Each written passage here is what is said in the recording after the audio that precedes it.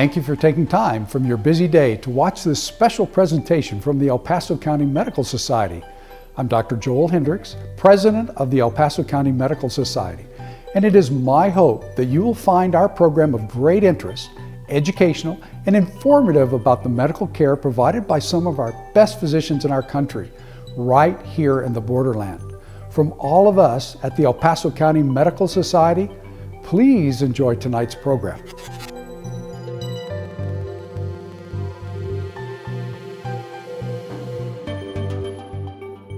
Heart attacks, strokes, high blood pressure. 1 in 4 people die of heart disease in the United States. What are the signs and symptoms, and how do we know when it's time to actually seek medical attention? When do we call 911? During the next hour, we have experts answering questions about early detection and possible prevention measures of heart disease. This evening's program is underwritten by Hospitals of Providence, and we want to say a huge thank you to the El Paso County Medical Society for bringing the show to you. I'm Catherine Berg, and this is the El Paso Physician. Thank you. This is the El Paso Physician, and tonight we're going to be talking about early detection and signs of heart disease. With me this evening, we have 2 newbies. I kind of like that. We have Dr. Clifton Espinoza, who is a non-invasive cardiologist with the Hospitals of Providence. He defines himself as the thinker, but really thinkers don't mean anything unless you have a plumber along. And so we have Dr. Luis Carbajal, who is an interventional cardiologist, who is the plumber with the Hospitals of Providence. So thank you so much for being here. I know that you are a group of 12, but what I'd like to do for the audience, even though I kind of described what your specialty is, it's always nice for them to hear from you what it is that you do all day, every day. So as a non-invasive cardiologist, what does that mean? So I'm more of the traditional cardiologist. So I see patients in the clinic, diagnose common cardiac conditions, treat them medically. So I don't do a lot of the invasive procedures that Dr. Carbajal would do, like putting stents, pacemakers, that sort of thing. I treat more with medications, and I do the echocardiograms, which are ultrasounds of the heart. See patients in clinic. I will see patients in the hospitals, of course, but my treatment strategies don't involve needles and stents like Dr. Carvajal's would. Okay. So I do more of the thinking, and if I need some stents or plumbing work, then I go ahead and send to my colleague. So here's a over question, here. and it could be not the proper way of saying it, but are you the person that more diagnoses type things? Are you the one that kind of figures out what's going on? Well, we do a little bit of both. Okay. But I would deal more with the diagnostic aspects, imaging and things like that. He still deals with it to some degree, even though some of them try to get away from it. But it's not always possible. They love being in the cath lab. Look at him tattling on you. Jeez. Dr. Carbajal, so let's go with that. So you have the stent guy. You're the guy that puts stuff in, right? So you're the interventional cardiologist. If you were to describe what you do all day, every day, and not comparison with the groups, we're going to go into the others that you have in your practices as well, but what is it that you can say that you do all day, every day? As Clifton mentioned, we all do spend some time in clinic, and we see and follow our patients, try to do some of the diagnostic work, but as an interventionist, you also have to spend time treating the conditions with invasive procedures. I say invasive procedures, really they're minimally invasive procedures. They involve getting into a patient's vessels with a needle and a catheter, take some pictures of the arteries, and depending on what you find, trying to do the right treatment for the patient. It sounds simple, but it can be very time consuming. Some of these procedures can take 2-3 hours. Some of them can take 20 minutes. So I'm glad that you think it sounds simple. It does not sound simple to me at all. And that's one of the reasons why we're here. When we talk about heart disease, I know that there are so many on the table, but tonight I'd like to talk about like the general audience. When they hear heart disease, what are we talking about? I know there's high blood pressure, there's cholesterol, there's just a myriad of things. But when you are talking to your patients and what you're hearing from your patients, how would you describe heart disease in your area? So in the classical sense, heart disease, when most patients think of what heart disease is, they come in and thinking first question they ask is, do I have a blocked artery somewhere? So what they're referring with that is, do they have coronary artery disease? Right. So coronary artery disease is just the buildup of plaque within your arteries of the heart. So the heart is a muscle and it gets blood supply just like any other part of the body. These arteries basically are three major arteries coming off a big trunk. So over time, depending on lifestyle, genetics, and comorbidities or prior diagnoses, patients can develop plaque in some of these arteries, and then they eventually may start having symptoms. So that's coronary artery disease. But heart disease is a very broad term, and it not only encompasses coronary artery disease, it also includes high blood pressure, which is a cardiovascular disorder, problems with cholesterol metabolism, so high levels of cholesterol. That will also, with your hypertension, increase your risk of developing plaque at earlier stages in life. Of course, there's also congenital, abnormalities that you may come across, but not as often as these other entities. So when you speak of heart disease, technically it's anything and everything that can affect the heart. Arrhythmias, coronary artery disease, trauma, so all of that can have a lasting impact. So it's a very big term. And as we said in the beginning of the program, 1 in 4 die of heart disease, which is why I want to make that expression real. Because people think about cancer, they think about this and that and the other. Right. But when you're looking at heart disease, there are a lot of prevention measures that we have. And Dr. Carbajal, I'm going to ask you about that in just a minute. But Dr. Espinoza, you said something to me, and maybe I understood it wrong, but when you said cholesterol metabolism, did you mean to say those words together? And what does that mean? Because that fascinates me. You've got people that eat as well as you possibly can, and they still have cholesterol levels that are high up. Yeah. And a lot of that's genetics, but it's also the way our body metabolizes cholesterol. Right. And I don't think I've ever talked about that on a program, but I think that's a curiosity to the majority of the population, because that is the one thing the doctors tell you to do. Watch what you eat, keep your cholesterol down. How does that work, for the lack of a better way of asking that? Yeah. Explain that to the audience if you could. So basically, that's like you said, you have a myriad of patients. There are the patients that eat anything and everything under the sun and still their cholesterol is within normal limits. Yet you have those patients that follow a very strict diet and they have problems with their cholesterol. So in certain aspects, there is a genetic component to it, like familial hypercholesterolemia is a disorder where... Dude, say that slower. Say that again. Familial hypercholesterolemia. So that means from the family, cholesterol, So high it's cholesterol from your family. Basically an inherited disorder from, your genes from your family or your ancestry. So these people that have this disorder, they essentially make a lot more cholesterol from the liver than they should. Okay. So their numbers tend to be a lot higher, and sometimes they can be treatment resistant. We use medications to lower cholesterol, and sometimes even at the maxed out dosages of those medications, sometimes you can't get them where you need to be, and now we have different therapies that can be tried. But essentially, everyone metabolizes, cholesterol. So cholesterol has gotten a bad rap. There is a function for cholesterol. We use cholesterol in the nervous system. It's involved in your nerve conduction in the brain and transmission of data. But the one that we think of when it comes to heart disease is bad cholesterol, or LDL. And there are certain persons that they don't metabolize or get rid of that cholesterol from their arteries and circulatory system, like they should. And then over time, that will increase their chances of developing heart disease, plaque buildup in all the wrong places, like the arteries of the heart, arteries of the legs, arteries in the neck, and, eventually in the brain as well, and can cause a stroke. So in a sense, that is what we mean by metabolism, or how quickly or how well someone removes it from the circulation.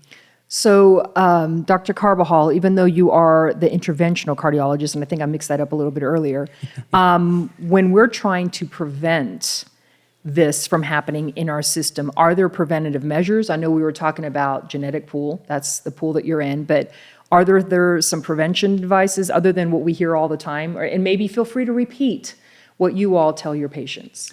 Well, there's not a one single formula fits all. Cardiovascular disease is a complex disease that has multiple risk factors. And taking care of these different risk factors is what does it. As you earlier mentioned, there's people that seem to be doing everything good, and regardless, they have a genetic predisposition to it. But in general terms, for the public, a healthy lifestyle, trying to stay active, looking what you're eating, avoiding processed food is one of the simplest things I tell my patients. Unfortunately, nowadays, most of the products you consume, Everything's packaged, and if it's packaged, it means stuff has gone in it. I keep telling them the simplest way is if you stay off the aisles of the supermarket. Oh, right. If you go to the edges, everything that you have to cook, that's the healthy stuff. That will keep you out of trouble. So say that again. Stay out of the aisles of the supermarket. All the edges have the healthy stuff. That's true. The fruits and veggies are all on the edges. That's right. And good. Never thought of it that way. I like that. That's right. But physical activity, tobacco consumption, avoiding tobacco is very important. Just in general, all the stuff we've been hearing. That and also, understanding that sometimes you need help. Right. And there's silent risk factors such as high blood pressure that most people don't detect unless they get checkups. Right. Diabetes, which most people don't detect until they have a complication. And that takes about 10 years of undiagnosed diabetes to have a complication from it. So seeing your general practitioner, your primary care physician, and getting your checkups on time, that makes a big difference because that way you can get ahead of the clock and don't end up with these problems. So here's a question too, and I'm looking at right now, let's say there's a population that does not go to get regular checkups. And I know this is a cardiology show, I get it. But when it comes to diabetes, because we have a lot of diabetes specifically in our region, what are the signs and symptoms of diabetes for someone to think, oh, well, maybe I should find a doctor and get this checked out? Now, we're not looking at the people that go every year and get their blood tested and you can see it there. Are there signs and symptoms of diabetes? I understand it's relatively silent, but if there's something out there that you can tell people, let me know. There could be. There's several types of diabetes, but the most common type, the most prevalent in our adult population is type 2 diabetes. There can be signs of your skin. There's darkening of the skin in the back of the neck. There can be increase of yeast infections. There can be changes in weight that you're noticing very difficulty losing weight. Later, when you start developing the complications, when diabetes has been there for a while, you tend to lose function in your eyes, so difficulty seeing. You tend to develop these blockages in the heart, so you can have episodes such as chest pain or claudication, which means pain in the muscles of your legs when you're walking, or cramps. So it's a myriad of symptoms, and it's I don't want to be the guy that comes here and spooks people and tries to get them over there. It's more about education, And again, for the most part, unless I'm wrong, diabetes there's a pinpoint of a blood test. You can really look at a blood test and go, you know what, you've got some diabetes issues here. That's right. I would say if you know that it runs in your family and you're turning 35, getting close to that age, it's a good idea to go and establish care with a physician and just get a general checkup every now and then. Right. Agreed. Dr. Espinoza, I would like to ask you, we were kind of talking earlier about diagnosing, right? So if you're looking at someone who has, let's just say, shortness of breath. I actually watched the news program this morning, and I don't remember what channel it was on, but it was talking about women and heart disease. And for so many years, women was kind of like, well, men always have heart disease, but it's a really, really high, and sometimes the symptoms are very different for women. And this woman just said, one day I just felt like I felt nauseous and I just wasn't feeling good. I thought, well, maybe I ate something wrong. And we always think of the classic symptoms. Oh, does your arm hurt? Does your chest feel like an elephant sitting on it, et cetera, et cetera. But there are other symptoms as well. So let's specifically talk about heart attack first, and we'll talk about stroke. I have some AFib questions in there because I am the queen of AFib. I've got it all over the place. My heart goes everywhere. But symptoms for heart attacks in men, women, and also those that we don't hear about very often. Okay. Well, the first step is just to say exactly what a heart attack is. Good point. Yeah. So a heart attack is when you have an acute occlusion in one of the arteries of your heart. So it can happen because of a variety of mechanisms, but the easiest way to understand is these plaques that develop in your arteries, they basically hold cholesterol within them. Some of these plaques can become unstable. and they can burst. So when that cholesterol gets re-exposed to the blood or the circulation, it causes a cascade in pro-inflammation and coagulation or clotting. So a clot forms there pretty fast. Okay. So it's that, very fast occlusion of that artery that impedes blood flow to the muscle, and basically the heart doesn't have time to compensate for that. So that's when patients experience a heart attack. So a heart attack the technical term is technically an infarction, because that muscle is not receiving oxygen via the blood, and the muscle essentially starts to die. Right. Eventually, in the healing process, it forms a scar there, and the scar is weaker than normal tissue. So that's technically what a heart attack is. There are certain patients that the artery starts becoming narrower over time.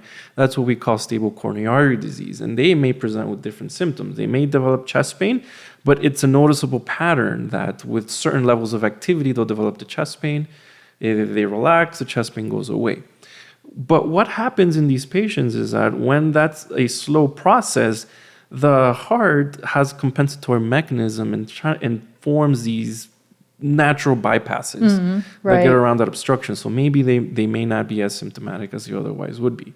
Whereas with a heart attack, it's an acute occlusion. Right. So there's no time to compensate for that, and the muscle really suffers. So you hear in the media that it was a small heart attack, a mini heart attack. I see it as a heart attack is a heart attack is a heart attack. So when you hear those terms, whether it's in a medical show or what have you, what might those people be referring to?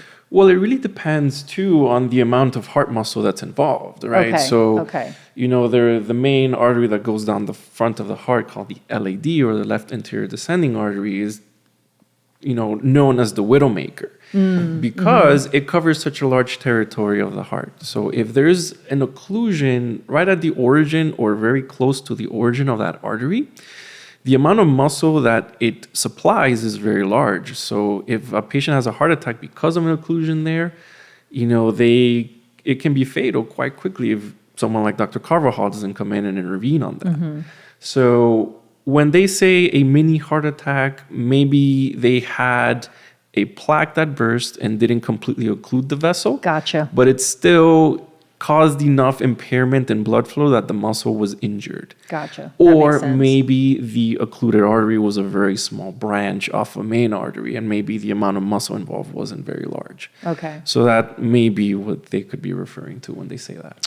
So Dr. Carbajal, now we have someone who has had is having a heart attack. You come in and do what? What are your options? What do you look for to know what options are now available for you to perform? You have a very narrow time space. We like to think as the 90-minute rule. The patient has 30 minutes to get to the hospital, meaning EMS. Say that again, because we need people to hear that. The patient has 30 minutes to get to the hospital. We give EMS and the patient 30 minutes to be in the hospital. You give the ER doctors to figure this out and make sure that what they're thinking, how the patient's presenting is a heart attack.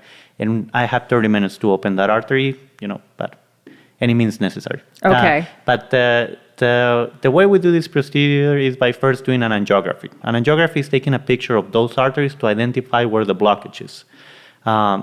You do that by putting a small needle in the groin or in the wrist. Then you take a catheter all the way to the heart, and you take these pictures. Now, when you do this, there's 3 different outcomes. One, there's an actual blockage in the artery that I can fix right away. And you can see that immediately, right? You can see that. Okay. Yeah. The way these pictures work, you use a material that shows you the inner lumen or the inside of the artery. Okay. Where the blood should be running. So if you see a stump, you see an area where the artery should be, and you see nothing, that's where the blockage is. You can tell, by knowing the anatomy, knowing how your arteries are supposed to look, you take a picture and you say, hey, there's something missing there. This is the one. So you then immediately go in with a stent or with something to unblock that. Is that correct? Yes. Okay. The process, has some technical caveats, but basically it's putting a wire using different tools that we have nowadays. Could be a suction catheter, could be a balloon, but ultimately most of these blockages are going to end up requiring a stent. Okay. And a stent for the audience is a mesh of metal that is expanded with a balloon, and that prevents that blockage from recoiling or for narrowing down again. So when you say stent, because I hear, and stents are great.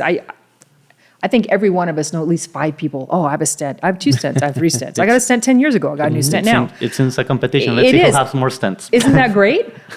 So on that note, say somebody did get a stent 10 years ago. How different are stents today than they were? It seems like it's a relatively, not basic, that's the wrong word, but straightforward type of a way of opening up an artery. How long do they last? Is there scar tissue that grows around them, et cetera, et cetera? So let's talk about a patient who got a stent 10 years ago, and now they're on the verge again of needing some other help.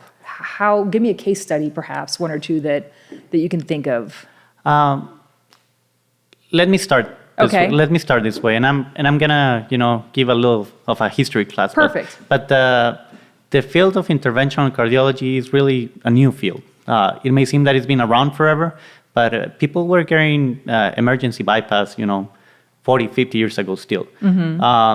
We had our first procedure on an artery in 1967. Okay. That's a great year. Sorry, I was born in 1967. I'm an old lady. I know, right? Nice. Small things. Excellent. It's to remember. I'm always going to remember when you were born now. There you go. The first procedure on a coronary artery wasn't even a stent. They just used a balloon to open that artery, and that was 10 years later. Oh, wow. Okay. Yeah. Did the balloon stay, though? Was it a balloon and then the balloon got retracted? It's a balloon that they just inflated to expand that blockage in that artery. Actually, in the Widowmaker, the artery that Dr. Espinoza was just mentioning a second ago. And that procedure was done in Switzerland. Okay. In the 70s, that patient got a repeat angiogram 10 years later. He didn't even have a stent yet. We didn't have stents yet. And the narrowing was the same. It never came back. Wow. So, obviously now from doing, thousands and thousands of patients, we have some statistics that can help us predict. But there's not a general rule that you had a stent 10 years ago, you may need one right now. Gotcha. The reality is you may have that stent and it may stay open forever and you of never your life. develop anything else. Nice. Okay. And because of it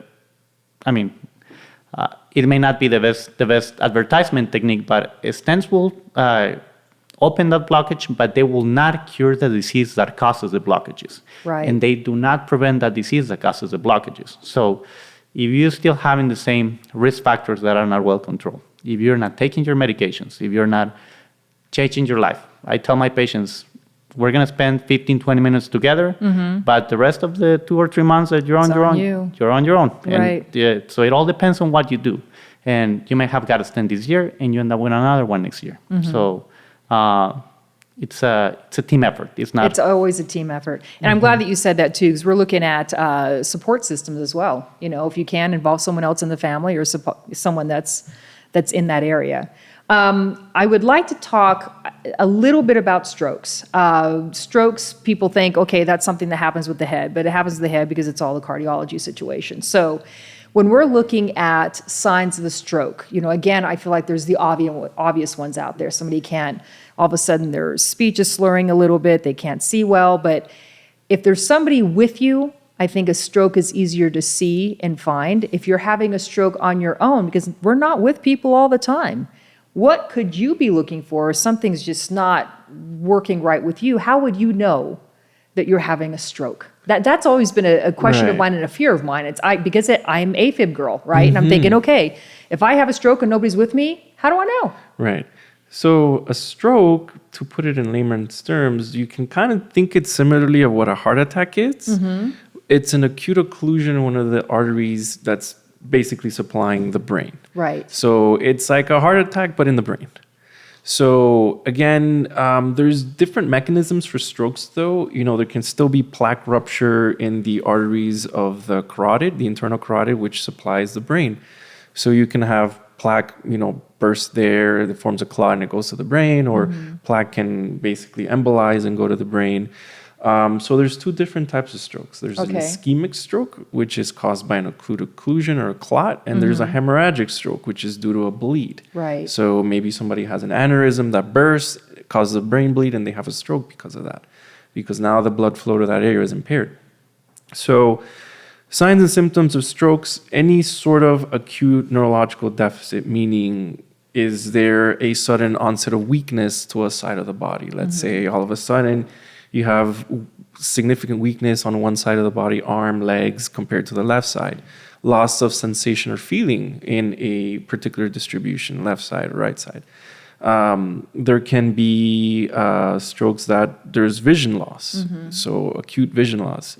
Asymmetry of the face, drooping of the mouth, things like that. Certain strokes can affect the centers that are involved in speech and articulation. So there are strokes where patients can still speak, but it's nonsensical, meaning the words are just not going together. They don't form a sentence. There are strokes where patients lose the ability to speak. So those are some of the signs and symptoms that you can look for strokes, but essentially it's And then timing. Let's talk about timing too. Just like with heart attacks, you got to get there within 30 seconds, goodness, 30 minutes. But time is brain. I've heard that too. Exactly. Time is muscle. Time is muscle, time is brain. Right. Yeah, exactly. So yes, because just like how there are interventions for the heart, there are certain endovascular interventions that can be done for strokes. When someone presents to the hospital with signs of stroke, they activate a team and they get quickly assessed by a neurologist, because in strokes, we don't do it so much with coronary arteries or heart attacks, but in certain types of strokes, they can sometimes give a clot buster, which is a special medication that can go and dissolve a clot, and it can reopen up that artery. In certain instances, they may go in there with similar techniques like Dr. Carbajal does with, catheters, wires, balloons, and suction devices, and remove the clot that way.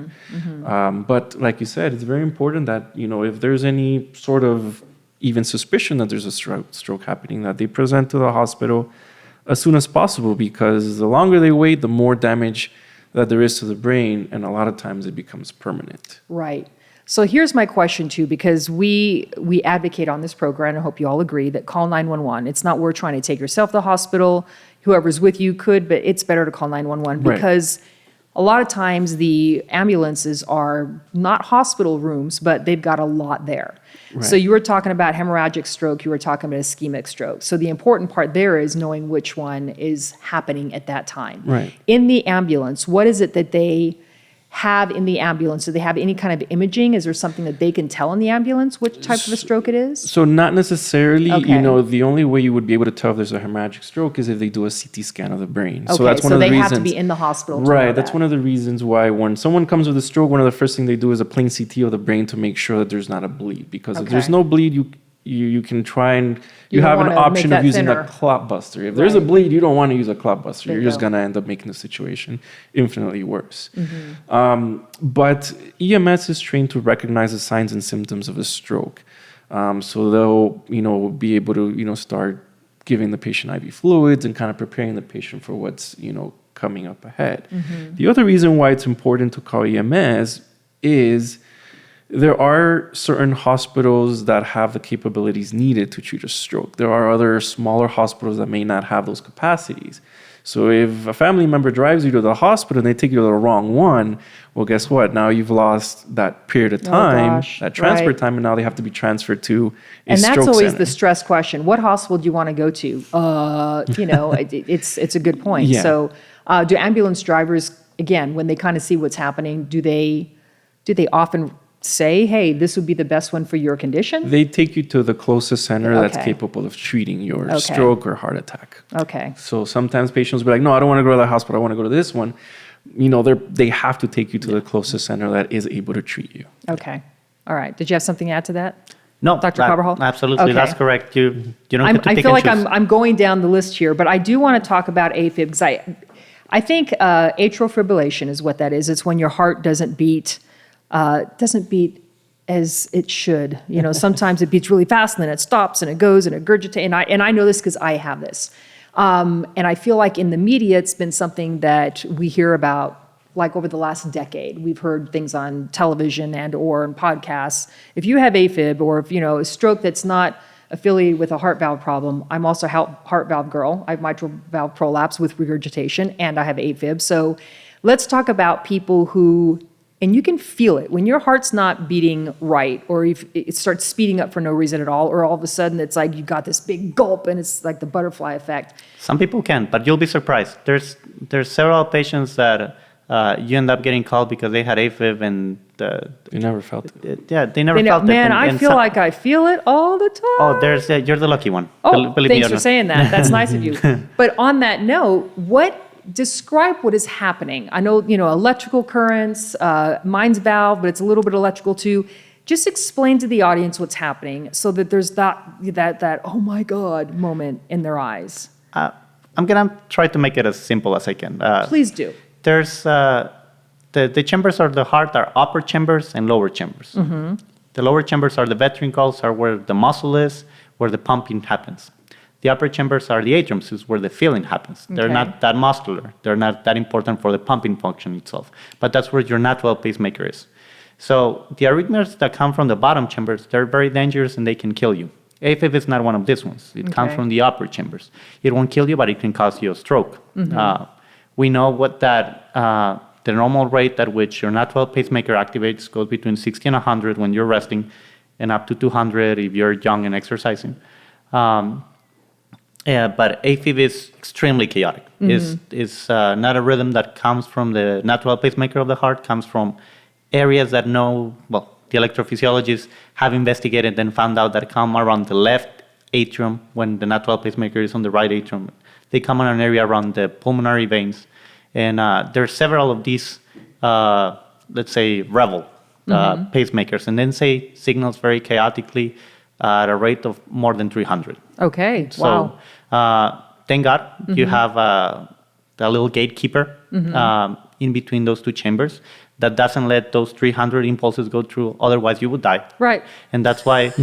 Otherwise, you would die. That's why the bottom ones are more dangerous. They don't have to go to the gatekeeper. Right. But this gatekeeper slows it down, and, you end up going at 150, 160, feeling horrible, but, not... But you're okay. Yeah, well, you may faint, you may feel a little sick, horribly, but it won't kill you because that gatekeeper isn't there.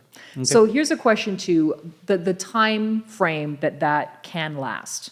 And I guess that's where the why comes in. And I don't know if there really is an answer for the why, but you can have it lasting for a couple of minutes. Mine has never lasted more than like 5 to 6 minutes. But then it will come back. Like in an evening, I will feel that happening 4 or 5 times that evening within like 4 or 5 hours. It comes and it goes. What might that be? Again, this is when I am feeling it, and it could be happening when I don't feel it. I don't know if there is a why, but again, just people that go through this.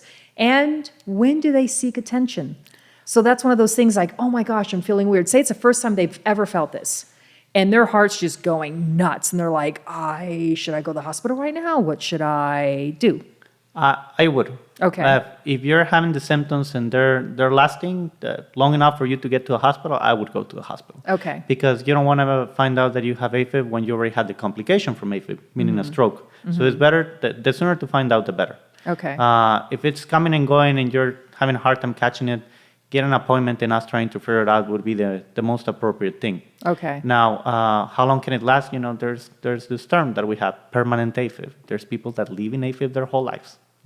And you just have the strategy of trying to get... Cliff, you're just like... Yeah. We see them all the time. Yeah. Okay. But there's patients like you that have what we call paroxysmal AFib, meaning it comes and goes on its own. Yeah. Right. And that you can manage with medications, Okay. So far, what I've understood, my doctor told me it's chronic but benign. For the most part, as long as I kind of pay attention to it and check it out every couple of years. Right. Nowadays you can treat it. There's procedures called ablations. I wanted to bring up ablations, but I didn't know if you wanted me to go there. So you'd be interventional guy. Are you ablation guy? That's an electrician. I'm a plumber. Oh, yes. That's the electrophysiologist, That's right? the electrician's Okay. All playground. Right. Yes. Thinker, the plumber is the electricians. Got it. Right. But basically what that is, and I'll just explain it really quick and then we'll go on because I want to talk about AEDs because that's something that the society can look at. But it's basically taking a nerve, right, that does provide a stimulation, electric stimulation, and then kind of Botoxy makes that nerve go away, cuts that nerve off, right? For the most part, Kind how would of. you It's- quickly explain It's a ablation? catheter-based procedure where Okay. they enter, through the groins, and they go into the inside of the heart and basically map out the electrical system in the atrium. So basically, they find where these pulmonary veins are and the focus where the AFib is coming from. And they basically, with these catheters, they cause a little scar around those pulmonary veins and isolate them electrically. That's So what it now, is. any Okay. impulse that's trying to get out of there is blocked by the scar tissue, and it won't, cause the episodes of the AFib. So that's when scar tissue is good. In that sense, In that yes. sense, that's probably the one and only time.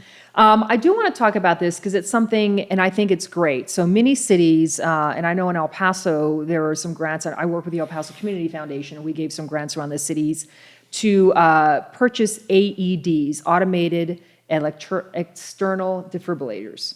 So you see these in airports, you see these sometimes in grocery stores. Right. Give a brief explanation as to what they are. And they're there for, yes, emergency personnel use, but are any of the general public trained on this? And I'd Yeah. like to talk just a smidge about this because we get Sure. that question every now and again. So, well, what is that? Oh, that's for somebody who's having a heart attack. And then you never hear about it Right. again. So a defibrillator is basically a device that applies an external shock to get someone out of a malignant arrhythmia, like the one that Dr. Carbajal spoke, that come from the bottom chambers, because those can be deadly. Because when the bottom chambers are going very fast, there's not enough time for those chambers to fill with blood, and therefore your circulation basically goes out the window. So an external defibrillator is not necessarily always for a heart attack. Heart attacks, yes, can cause those malignant arrhythmias because when the muscle is kind of suffering from improper blood flow, it can go into these arrhythmias. But there are certain conditions that make patients prone to having these malignant arrhythmias, congenital abnormalities of the conduction system per se. Or maybe they're taking medications that cause some changes in their EKG and it makes them prone to have these arrhythmias. So these devices are not just for patients having heart attacks. They can be life-saving for other reasons as well. And nowadays, there's a lot of training. I've seen training in schools that they teach students and teachers how to use these defibrillators. Most of these are very simple devices that come with instructions on where to place the pads, how to connect them, how to turn them on. And basically, that's all that needs to be done by the operator, because the defibrillator essentially will monitor the rhythm and determine whether the patient's having a shockable event, meaning a arrhythmia that would benefit from the shock. So once it analyzes the rhythm, it'll tell you, shock advised, and then you can, make sure that no one's touching the patient, and you press the button to deliver the shock, and it'll get them out of it. Now, the defibrillator is not the only thing that needs to be taken into account. Essentially, you need to be doing CPR. So if you see someone unconscious, you come across someone unconscious, or you see someone acutely fall down and go unconscious, one of the first things you want to do is assess the patient. Does he have a pulse? If he doesn't have a pulse, make sure you're able to grab the defibrillator or send someone to grab the defibrillator. First, before you do all that, you call 911. Right. Sorry. Well, you call 911 and old then training. you immediately go and try to get a defibrillator if one's available. Right. Because if they're having one of these arrhythmias, a cardiac arrest is deadly because, no one acts on it a lot of times because they don't have the training or the education.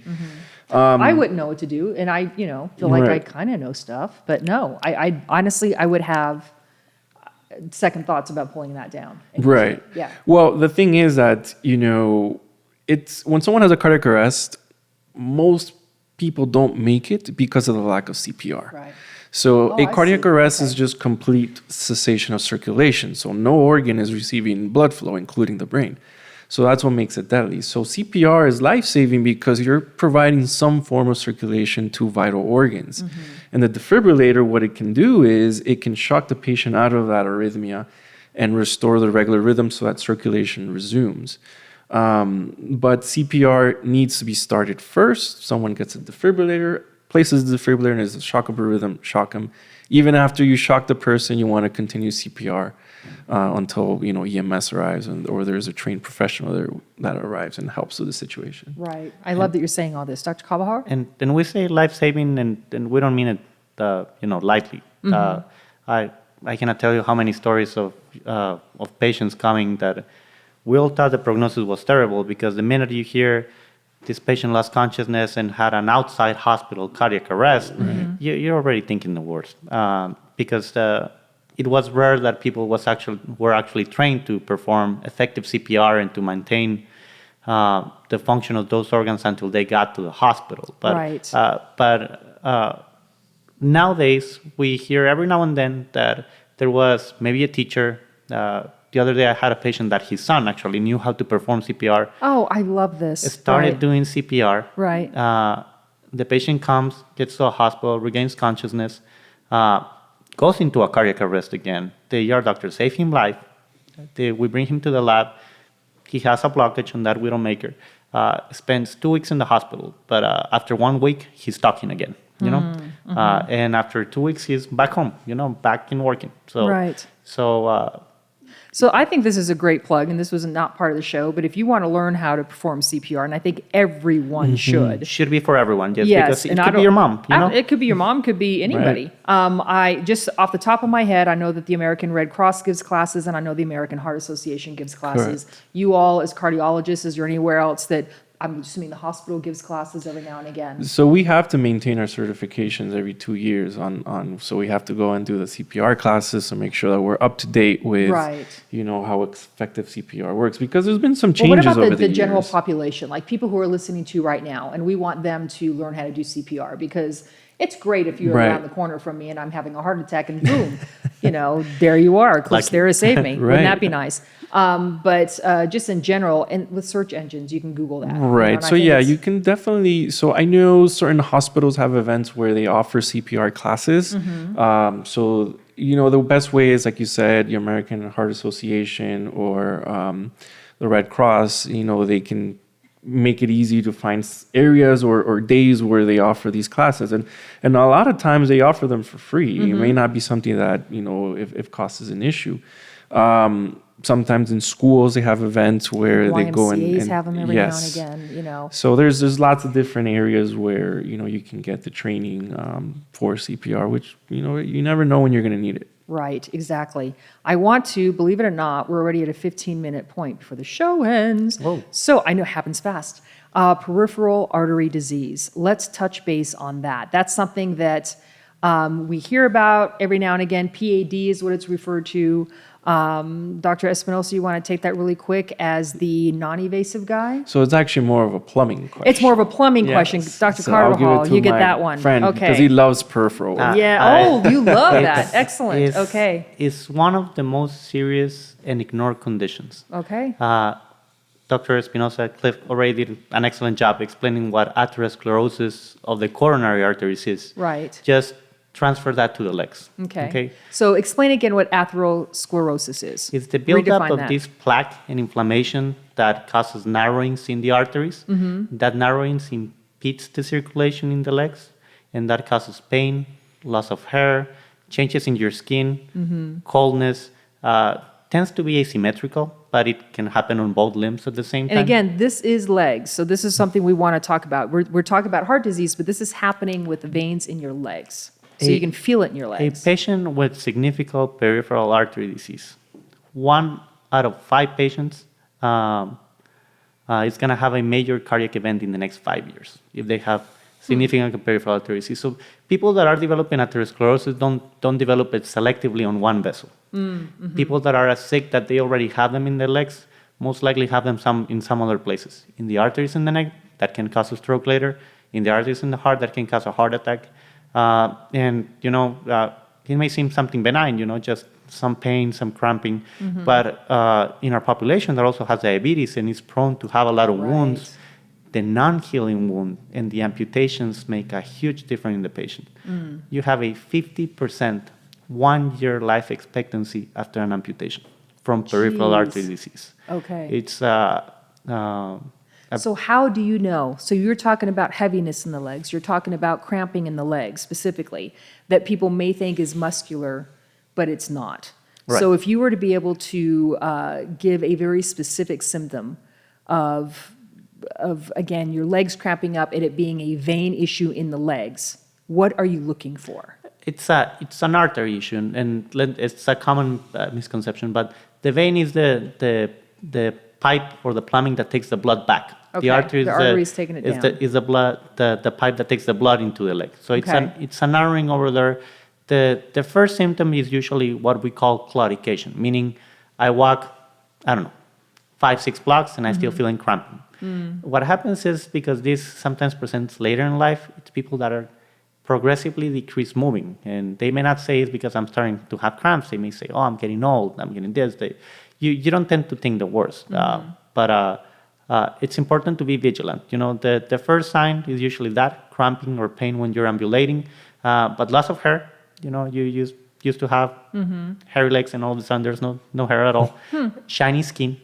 Shiny skin. Shiny skin. It looks Physiologically, why would that be something? Because you're having decreased blood flow, so the layers of the skin are not as thick anymore. Okay. So it's thinner skin.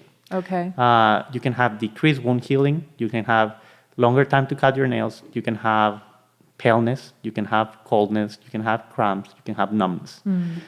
It's a myriad of symptoms, but it's something serious. So if there's any message I would like to leave the public with, is that more than, you know, scaring you about the multitude of symptoms that could mean heart diseases, there's several of us in El Paso. Our group has grown twice as size in the last year, and there's more physicians of us taking care of all of these conditions that can think, that can do the plumbing, that can take care of you. And when in doubt, it's better to go and get checked. You know? Okay. So here's that question. It's easy for us to say that. So when we're looking at going for, I know we're supposed to go for a yearly checkup, but we just know realistically that's not the case in this community. And if you're going for like every 5 years, somebody says, okay, I should go get everything checked. And you guys are different because you're cardiologists, but if you're going into an internal medicine or even a clinic, let's just say it's a clinic, would a clinic know what all to check for? And I know that's not a hypothetical question, but in general, we're talking about don't let these things wait, but it's best to come with a laundry list of questions that you may have. And maybe you can talk about what you ask patients to do. So, you know, in order to get to where we're at as cardiologists, we actually have to be internists first. Good point. So, you know, from our training as internists, we are trained to kind of screen for certain processes, you know, based on age and gender. So, you know, you ask the patient all these series of questions. You know, are you having any symptoms? Are you having any shortness of breath with exertion, palpitations, chest pain? Some internists will even do an EKG depending on their index of suspicion. And if the EKG is abnormal, you know, they'll send them to a cardiologist, or maybe they'll see AFib and the patient wasn't feeling it, and all of a sudden you're going to a cardiologist. So they also do blood work. They'll look at your cholesterol levels. They'll screen you for diabetes. If you're a smoker, you know, they'll probably screen for aneurysms of the aorta, depending on your age. So the internist is kind of like the gatekeeper to all the specialties. So depending on what they see on their physical exam and evaluation, then they'll go ahead and refer to who they need to after that, depending on what they see. So if they see a very abnormal EKG and someone's having chest pain, you know, it may not be someone that they'll send directly to a cardiologist. Maybe they'll send you to the hospital if they see that you're having an acute heart attack. Right. So, you know, the first step is, you know, if there are some symptoms happening or you haven't had a check, you know, you should start with your internist, because a lot of times too, you know, we also have to realize that, you know, insurances, you know, certain insurances require referrals to come from the primary care. You know, you can't just walk up to a specialist office and request an appointment. Some do require that you be seen by an internist first, but they are essentially the gatekeepers. They will kind of start the evaluation, and if they see something that, hey, you know, this is probably going to require a specialist, they'll facilitate you in being seen by the appropriate person. Right. And I'm glad that you brought up insurance, because I know that sometimes doctors don't want to talk about that. That's just something we kind of pull away from because it does complicate things. There is too, if there is no insurance, there's also cash price. And I'm saying this out loud because, again, with reality, cash price is usually a lot less expensive than if you're going through an insurance. So if you don't have insurance, do not let that stop you. That's the point that I'm trying to make. That there are cash prices, and usually medical facilities will work with you on what the cash price is, because they know you need to get this done. And that's a thing. So yes, if you have insurance, great. But if you don't let that stop you Yeah, from and going. in our clinics, they have payment plans and patient assistance as well that can, help patients if they're in a financial situation where they don't have the funds, to be seen. Right. We'll work with the patient to get them the care that they need. Exactly. And- Yes, Dr. Carbajal? And if you start going early, less likely that you're going to have a major event. So those end up being cheaper. Prevention is always cheaper. And I may not be advocating for what I'm doing because what I do is fixing when things are already pretty bad. Right. But I'd rather have you not ever have a heart attack and we preventing everything. So Exactly. if you start coming early and, when in doubt, get checked. Internists know what they're doing. Exactly. We'll work as a team. And we're happy to take care of you. I love the team approach, and I know you guys just said that you've got 12 cardiologists now in the group. What I'd like to do is we're at like that 8-minute mark, and I said I'd stop at around 10, but now it's 8, so more pressure. Is there anything that you wanted to talk about this evening that we have not covered yet? Cardiology is, man, we can talk about cardiology for 18 shows a year. There's just so much. There's, we're not going into structural tonight because that's a whole nother thing, but what we want to do is talk about everyday cardiology issues. What have we not touched base on yet, or what would you like to get across? So I think we Dr. never Espinoza? actually touched base on, the classical signs and atypical signs of coronary artery disease. Okay, I think let's we kind of just circumvented the issue. But so when someone's having a heart attack, one of the classical symptoms that are taught, is that crushing, suffocating chest pain. Elephants on your chest. Elephants sitting on your Yes, chest. exactly. Sometimes the pain can start radiating to the left shoulder, angle of the jaw, shortness of breath with it, cold sweats. Those are more the, typical symptoms that you would expect when someone's having an acute MI. But women, like you said, don't always present that way. They'll present atypically. Maybe they'll have pain right here at the top of the abdomen, like a burning sensation that they'll mistake for reflux. And that is an atypical symptoms. Maybe they'll present with more fatigue or shortness of breath, not necessarily chest pain. So those would be kind of symptoms to watch out for, if all of a sudden they start, patients should get evaluated because yes, women do worse when it comes to coronary artery disease because again, they don't present typically. They Right. have different symptoms and they kind of get, that steer physicians to look for, hey, is this reflux? Is She the GI can't be issue? having a heart attack. She's in great shape. Right, She doesn't, exactly. yeah. So- Our teachers told us, and it may sound funny, but you cannot trust women. Hold on. We have an audience member here who's a female. Oh, look at the eyeballs she's got right now. And it's her fault because all the studies, as you alluded earlier, were made in men. Yeah. So we Right. never Yeah. studied how women had their symptoms. But now we know Right. fatigue, nausea. And we're learning more and more every day, Yeah. because that is something that is being taken note of. It's all being written down in books But now. don't be stoic. Don't be a hero.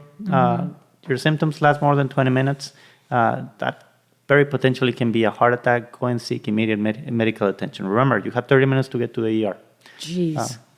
That's scary because I'm thinking to myself too. I mean, I'm beyond, child age right now, but if I had little ones at home and I wasn't feeling right, you got to get the dinner out, you got to get the homework done, you got to do all that stuff. But that's a time just take note that your kids can't do anything if you're not around. Correct. That's correct. Okay, Dr. Carbajal, anything that we have not touched base yet that you want to get across? No, I think, once again, prevention. Okay. Know your cardiovascular risk factors: high blood pressure, diabetes, high cholesterol, smoking, lack of physical activity. How can you bring high blood pressure down really quick? Because we did not talk about that. We know that that's a thing. We know that having high blood pressure is bad. How do you bring it down? It's not going to go out on its own. Okay. But lost weight can help a lot. Increasing your physical activity can help. Sleeping appropriately. Nowadays with 4 hours of sleep, 5 hours sleep, and being stressed all the time, that's not going to cut it. Decrease the amount of salt you intake, less than 2 grams a day. Do you know, I interrupted you. 2 grams a day would be how much though? That's just where you read the packages. That's easy for us to say that here, but just read the packages if there's added salt, sodium. That's the thing. If Yeah. you're buying from the aisles, you're gonna see everything contains. If you're buying from the aisles, I still love that. That can be 2 crackers. Right, right. Yeah. But if you're buying from the edges and you Google how much pumpkin or the steak you're having has an amount of sodium, it's not gonna be that much. All of that can bring your blood pressure down about 50 millimeters of mercury in Okay. average. So it's pretty significant. And simple physical activity too. That's right, yes.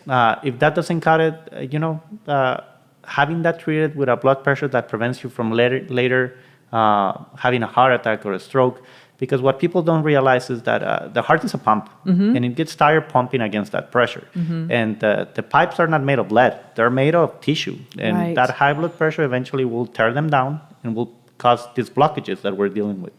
So And if you have extra weight on you, your heart's working that much harder. It's just pulling an 18-wheeler with a Volkswagen engine. Yeah. pulling an 18-wheeler with a Volkswagen engine. Kind of love that. Thank you so much. I know we're that funny place. I have 3 minutes, and so I don't have enough time to ask a question, but structurally, I'm going to ask really quick, what is the most common structural heart issue that people have? So we're seeing a lot of aortic stenosis. Okay. So that's basically over time, when the valves start to degenerate, wear and tear, just like any other part of the body, they start to become calcified. The aortic valve is very prone to this. And in certain individuals, we don't understand very well why certain individuals get faster calcification of this particular valve than others. Some have congenital abnormalities where instead of having 3 parts, the valve only has 2 parts. It's called the bicuspid valve. Okay. And that degenerates a lot faster and calcifies faster. So they'll have this tightened valve at a younger age. But in certain patients, just wear and tear of the valve causes continuous calcification and it narrows. And that requires an intervention, which is a valve replacement. Okay. Before, the only way to do this was surgically, but now we can do it via transcatheter means, via catheters, via the groin. I remember Dr. Ossie talking about Yeah, this one. Yeah. exactly. Okay. So we have And the that's boss. something, the boss, the boss of the Hospitals of Providence, which again, underwrote this show tonight. But no, thank you very much for bringing that up, because I know that we hear a lot about that. And again, if it's structural, it's something you're born with. It's something that the heart structures, but it can be fixed. And I think that's Right. why we're here too. If you can find the right people, make the right phone calls, these things can be fixed. It's all about prevention. It's about getting things early and making sure you're okay. Yeah, come and see us. Yes, come and see us. Dr. Clifton Espinoza, thank you very much, who is the non-evasive cardiologist with the Hospitals of Providence, the thinker. And then we have Dr. Luis Carbajal, who is the interventional cardiologist with the Hospitals of Providence, who is the plumber, and we just don't have the electrician around. You've been watching the El Paso Physician. If you would like to see this program, once again, there's 3 different ways you can do that. You can go to pbselpaso.org.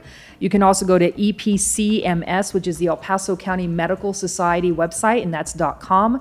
And YouTube, good old-fashioned YouTube. You can go youtube.com, and on all of these, just look for the words The El Paso Physician. You will be able to see this program, and you'll also backlog to all kinds of programs that have been happening, through 26 years. Wow. So a lot of times, docs like you will come on and go, what did the other cardiologists talk about? We got to make sure that we got this down right.